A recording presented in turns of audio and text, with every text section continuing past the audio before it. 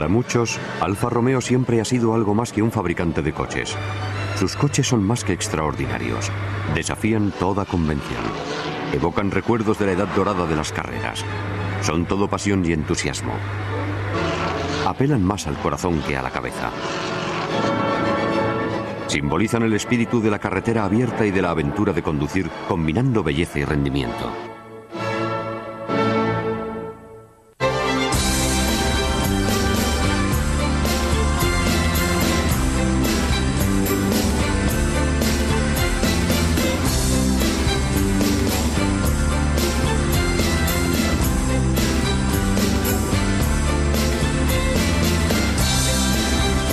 Grandes coches.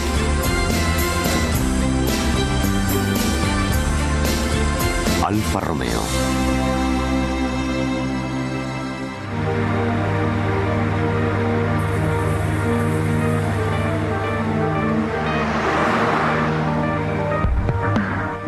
El nombre de Alfa Romeo evoca imágenes del placer de conducir. Son coches deportivos y elegantes que están tan a gusto en la ciudad como en la carretera más retorcida. Son coches con un pedigrí de carreras que aún es patente en los modelos de hoy en día. Los fabrica una empresa para la que la herencia recibida es importante. Para entender a los Alfa Romeo de hoy hay que retroceder al pasado.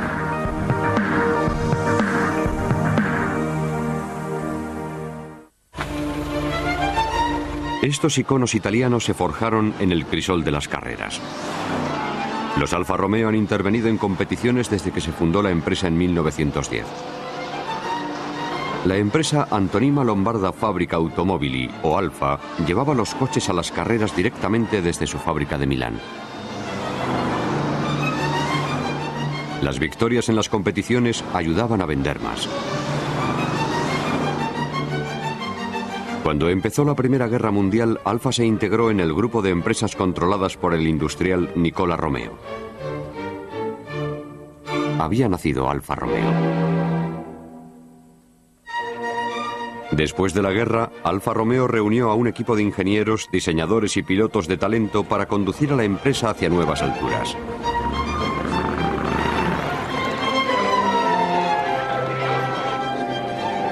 En 1923, su brillante jefe del equipo de carreras, Enzo Ferrari, reclutó al diseñador turinés Vittorio Jano, que trabajaba en la Fiat. Juntos, iniciarían una nueva era para Alfa Romeo. Jano pronto dejó su huella con el P2, un coche que resultó imbatible durante 7 años seguidos y se convirtió en una leyenda del automovilismo. Era un modelo turbo de 8 cilindros que obtuvo su primera victoria en 1924. Los espectadores pensaron que su velocidad media de 158 km por hora era asombrosa. El equipo Alfa Romeo siguió ganando una carrera detrás de otra.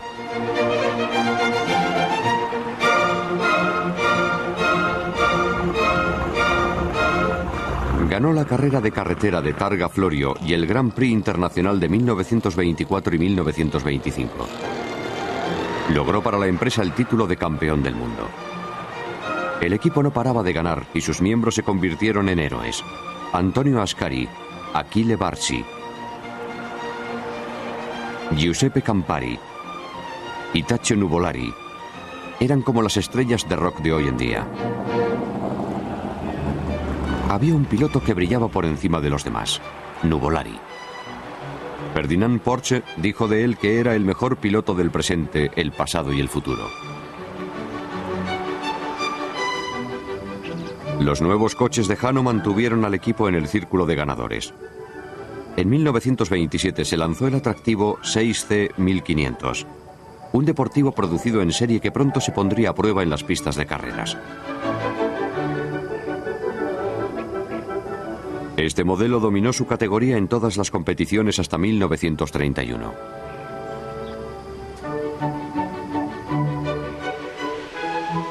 En 1931 el espectacular 8C 2300 reemplazó al 6C y Alfa Romeo mantuvo su dominio de las pistas. El modelo se consideraba uno de los grandes diseños de los años 30. Era un coche vivaz, fácil de manejar y preciso que tenía mucho éxito en las carreras de larga distancia.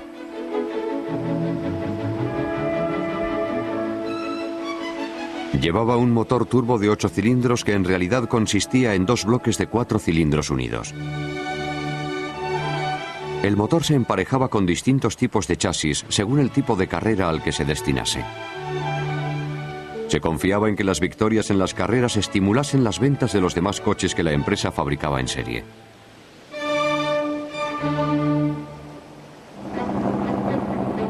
Cuando este modelo perdió su primera carrera, la Mille Miglia en 1931, Nuvolari se llevó el 8C a la Targa Florio. Se enfrentó a su antiguo compañero de equipo Barsi, que se había pasado a Bugatti. Barsi le sacó ventaja porque había aligerado su coche quitándole los guardabarros. Enzo Ferrari también había aligerado los Alfa Romeo, pero como presintió que iba a llover, solo retiró los guardabarros traseros. Ferrari no se equivocó y pronto empezó a llover. La pista se convirtió en un barrizal y Barsi tuvo problemas. Nuvolari le adelantó y se alzó con el primer puesto.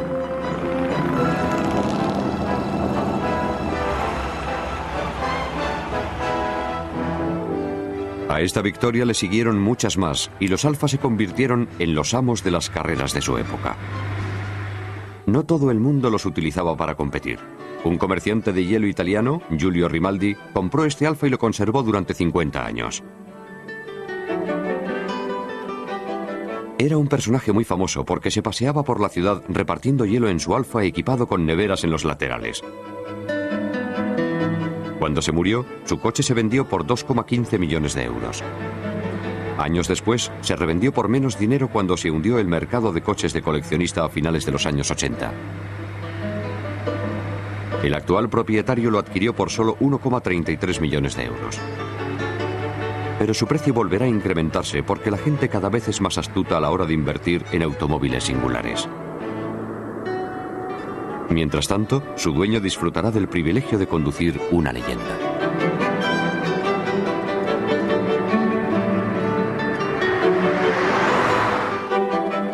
En 1932, Alfa volvió a dominar el mundo de las carreras con un nuevo modelo, el P3. Se considera que fue el mayor triunfo de Jano. Solo se fabricaron 6. Su primera carrera, la de Monza, el 5 de junio, significó otra victoria para Alfa.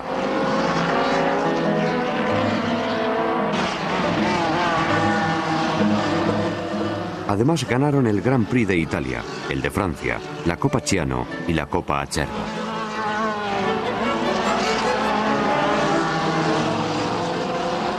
Era un modelo tan bueno que Alfa creyó que podía dormirse en los laureles.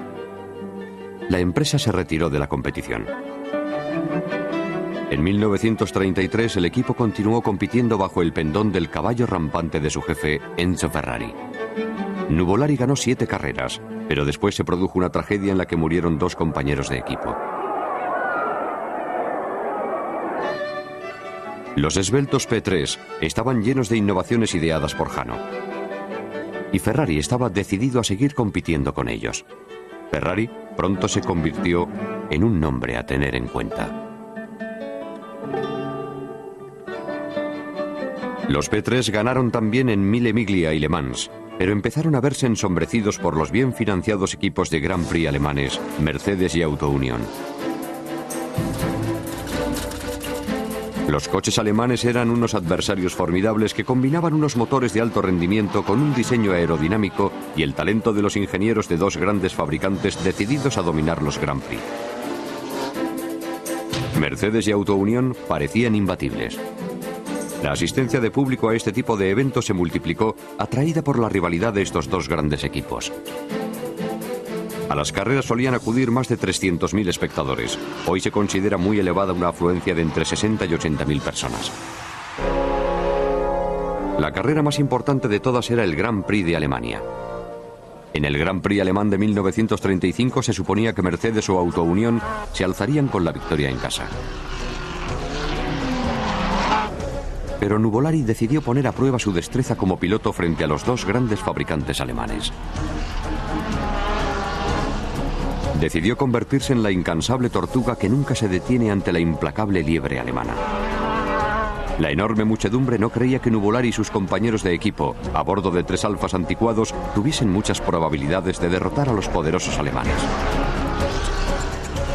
Nuvolari se hizo la tortuga y se colocó a la cola de Manfred von Brauchitsch, que no podía quitarse de encima al persistente italiano. A medida que avanzaba la carrera parecía que von Brauchitsch iba a alzarse con otra victoria para Alemania.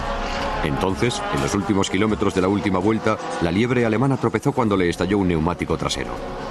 Nuvolari, la tortuga, le adelantó y acabó en primera posición. Se consideró una de las mayores victorias de todos los tiempos. Irónicamente, Tadzio Nuvolari acabaría pasándose al equipo Auto Unión, pero siempre se le recordará por esta primera posición en el Grand Prix de Alemania de 1935.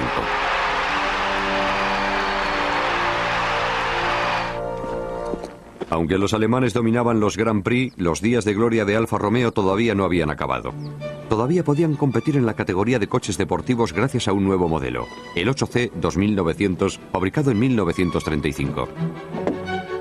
El 29 marcó el cenit del desarrollo de Alfa Romeo antes de la guerra. Sus victorias alimentaron los sueños de niños de todo el mundo, como Phil Hill, que terminaría convirtiéndose en una leyenda de las carreras.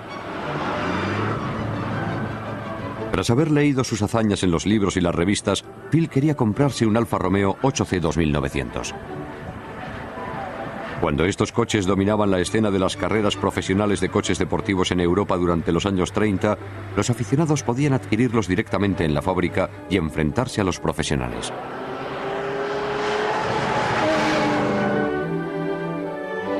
Para poder competir, lo único que había que hacer era comprarse un coche. No hacía falta ser un experto. Experto o no, si eras buen piloto podías derrotar a los equipos de las fábricas. De hecho, eso fue lo que ocurrió con Phil Hill, al que vemos conduciendo un 2.9.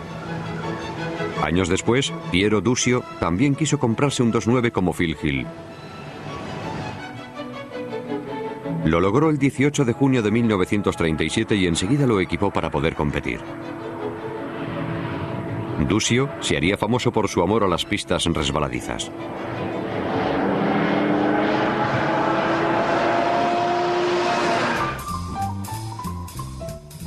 Acabó fundando el fabricante de coches Cisitalia, que se hizo célebre diseñando coches de carreras y deportivos a finales de los años 40 y principios de los 50.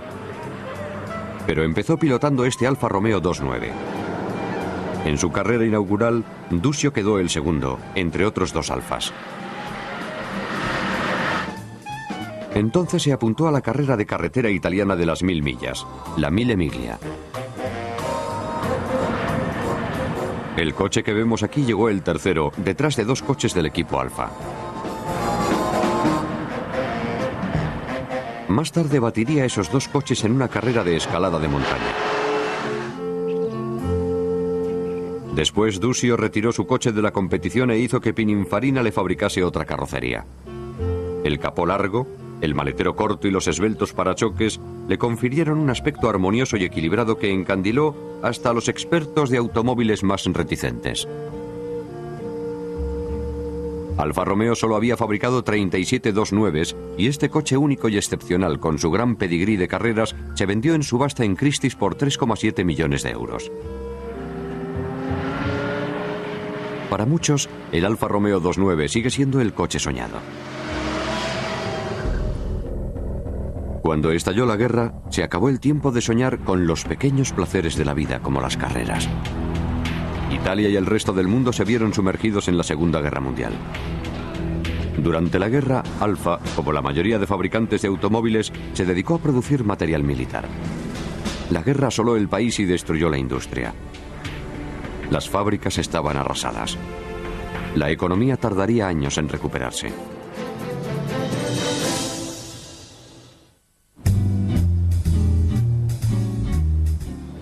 Después de la guerra, cuando la empresa trataba de reanudar la producción, pilotos como Phil Hill empezaron a promocionar algunos de los modelos de Alfa Romeo de preguerra.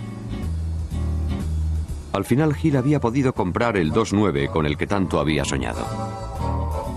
Era el coche que había ganado la Mille Miglia de 1938. Participó con él en la carrera de Pebble Beach en California en 1951.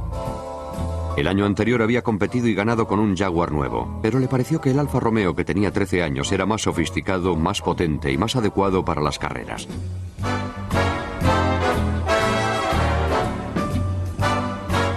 No ganó, pero este coche singular hoy está valorado en un precio de entre 3,7 y 4,4 millones de euros. Hill lo vendió por 3.000 euros en 1951. La empresa también recurrió a sus modelos de preguerra y empezó a competir con el 158 en 1946. Era un coche que se había diseñado en 1938. Al 158 se le llamaba cariñosamente el Alfetta. Era un coche pequeño pero ágil, con un estilo esbelto y elegante. El Alfetta ayudó a Alfa Romeo a atraer a su equipo a Juan Manuel Fangio, quien comenzó en Mónaco una temporada en la que obtendría 8 victorias.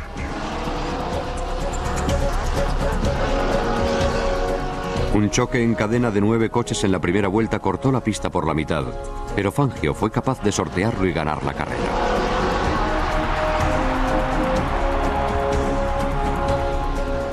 Al año siguiente, Alfa modificó el coche y le confirió más potencia. Se le llamó 159. Y Fangio se dedicó a exhibirlo por los circuitos de carreras internacionales. En el Grand Prix del Reino Unido se produjo un suceso irónico en la historia del automovilismo. El antiguo jefe del equipo de Alfa Romeo, Enzo Ferrari, había fundado su propia empresa fabricante de automóviles y sus coches derrotaron a los Alfa Romeo. Aunque Fangio se alzaría con el campeonato del mundo en 1951, los días de competición de Alfa Romeo estaban contados. En 1952, cuando cambiaron las normas de la Fórmula 1, Alfa decidió retirarse del circuito de Grand Prix en lugar de fabricar un nuevo motor. Fangio, al igual que había hecho antes Nuvolari, siguió logrando victorias para otros equipos. Alfa concentró sus esfuerzos en fabricar coches de pasajeros. La empresa había sido nacionalizada y el gobierno quería que se dedicase a fabricar coches para la carretera, no para las carreras. Pero todos los coches que fabricó Alfa siguieron resultando deportivos, incluido el 1900, el primer coche completamente nuevo que diseñó después de la guerra. El 1900 tenía un motor de solo 4 cilindros, pero sus 1884 centímetros cúbicos le proporcionaban un rendimiento sorprendente. Su estilo, simple pero funcional, retenía algunos de los rasgos del diseño clásico de Alfa, como la parrilla del radiador. El 1900 resultó muy popular y dio lugar a muchas variaciones de modelo posteriores e incluso a un todoterreno. Aunque las berlinas resultaban atractivas, la nostalgia por el rendimiento deportivo condujo al desarrollo de un nuevo coche. El Giulietta debutó en 1955. Era un coche pequeño de 2 puertas que devolvió a las carreteras el corazón y la pasión de Alfa Romeo. Aunque no podía competir con un Ferrari en la pista de carreras, aguantaba el tipo perfectamente si se encontraba aparcado junto a uno. Algunas de las mejores firmas de diseño de Italia, como Pininfarina, Bertone y Chagato, crearon carrocerías distintivas para ellos. Eran coches que parecían avanzar a toda velocidad aunque estuviesen parados. Los Giuliettas realizaron una gran labor de imagen a favor de la empresa. Simbolizaban la exuberancia del espíritu italiano y sus ganas de vivir.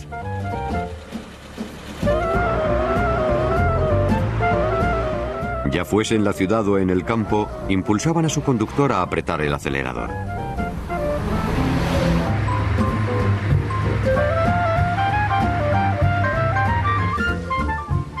El éxito de este modelo demostró que cuando se fabrica algo, hay que hacerlo con estilo.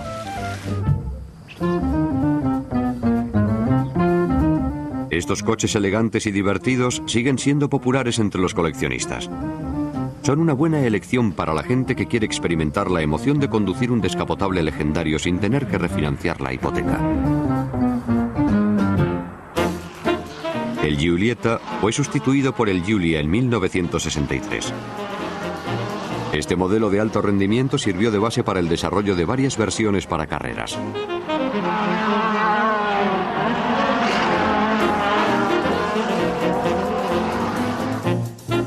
Un Giulia modificado, el TZ, hizo historia en las carreras de Gran Turín.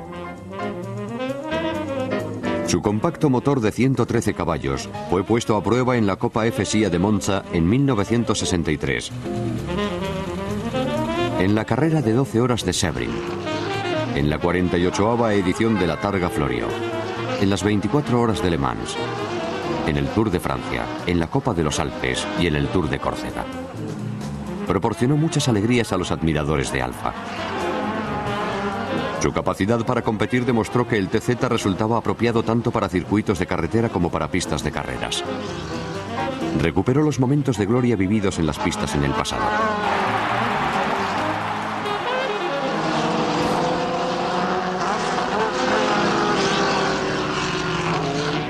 Le siguió el modelo GTA en 1965. Su cautivadora carrocería de aluminio de Bertone se considera una obra maestra del diseño. Le otorgaba un aspecto futurista y reducía considerablemente el peso del vehículo. La ligereza de su carrocería y los 2.000 centímetros cúbicos de motor lograban que el coche superase los 240 kilómetros por hora de velocidad. Este rendimiento colocó a Alfa en el círculo de ganadores del European Challenge de 1966, 1967 y 1968. El modelo contemporáneo de Alfa Romeo, seguramente más famoso, fue el Duetto Spider, que causó sensación a nivel mundial cuando se presentó en el Salón del Automóvil de Ginebra en 1966. El Duetto se inspiraba en el legado del Giulietta y el Giulia, pero tenía un aspecto innovador que acabaría resultando muy duradero.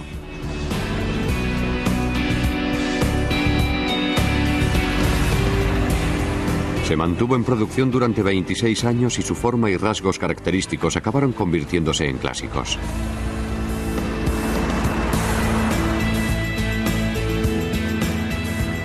Aunque sufrió varios cambios de diseño a lo largo de los años, es la imagen que le viene a la mente a la mayoría de la gente cuando se le pregunta cómo es un Alfa.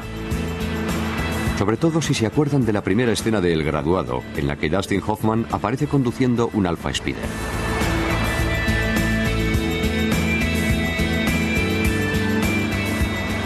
Su estilo clásico acabó cediendo frente a diseños más modernos. Desgraciadamente, la fortaleza del Spider no bastó para impedir que la empresa se viese sumergida en un entramado de adquisiciones. El grupo Fiat realizó la oferta más alta, se hizo con Alfa y añadió esta marca legendaria a su colección de empresas automovilísticas que incluían la famosa marca fundada por el antiguo jefe del equipo de carreras de Alfa, Ferrari.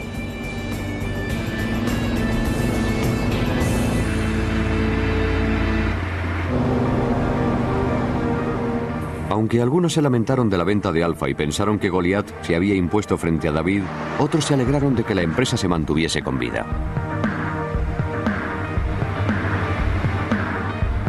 La adquisición proporcionó a Alfa los recursos financieros necesarios para revitalizar su línea de productos. Alfa ha empezado a fabricar coches mejores y más nuevos y han recibido críticas favorables de la prensa automovilística. Los nuevos modelos comparten el legado de los Alfa Romeo clásicos que hicieron las delicias de los aficionados desde que salieron de la fábrica por primera vez en 1910. Conservan el sentido del goce y el deseo de experimentar un encuentro apasionado con la carretera sin fin. Son coches para gente que sabe apreciar el diseño y el rendimiento.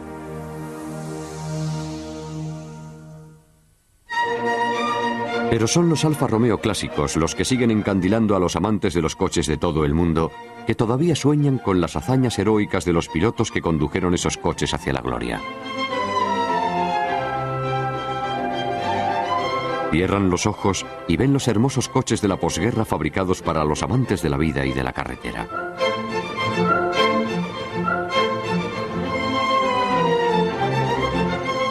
Para todos esos admiradores, el Alfa Romeo sigue siendo uno de los grandes coches del mundo.